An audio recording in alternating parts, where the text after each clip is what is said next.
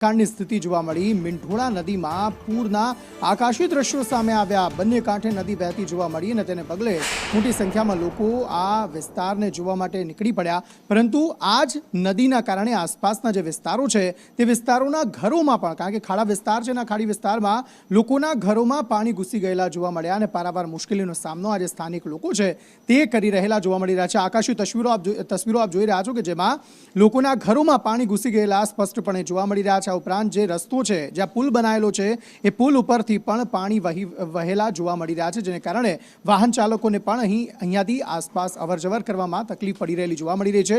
સુરત એક રીતે કહી શકાય કે જેમાં જળભરાવની સ્થિતિ જોવા મળી રહી છે, જળબંબાકારની સ્થિતિ જોવા મળી રહી છે અને પારાવાર મુશ્કેલીનો સામનો લોકોને કરવાનો વારો આવ્યો છે।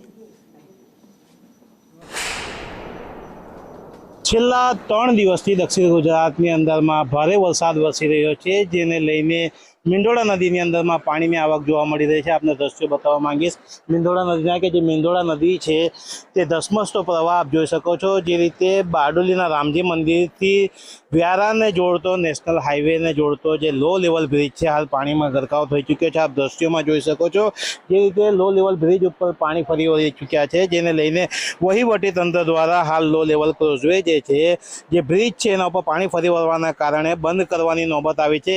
ખાસ કરીને ઉપરવાસમાં જે વરસાદ વરસી રહ્યો છે, જેને લઈને મીંઢોળા નદી જે છે તે ગાંડીતુર બની છે। આપ દ્રશ્યોમાં જોઈ શકો છો જે મીંઢોળા નદીના પાણી છે તે હાલ લો લેવલ ક્રોઝવે ઉપર ફરી ચૂક્યા છે, જેને લઈને જે રસ્તો છે તે હાલ બંધ કરવાની નોબત આવી છે। જે વાહન ચાલકો છે, વાહન ચાલકોને 2 કિલોમીટર જેટલો હાલ ચક્રાવો ફરવાની નોબત આવી છે, જેને લઈને વહીવટી તંત્ર જે છે તકેદારીના ભાગરૂપે જે રસ્તો છે હાલ બંધ કર્યો છે અને લોકોને જે છે તે સાવચેત રહેવા માટે સૂચના આપવામાં આવી રહી છે। યાસિર કાગઝી, સંદેશ ન્યૂઝ, બારડોલી।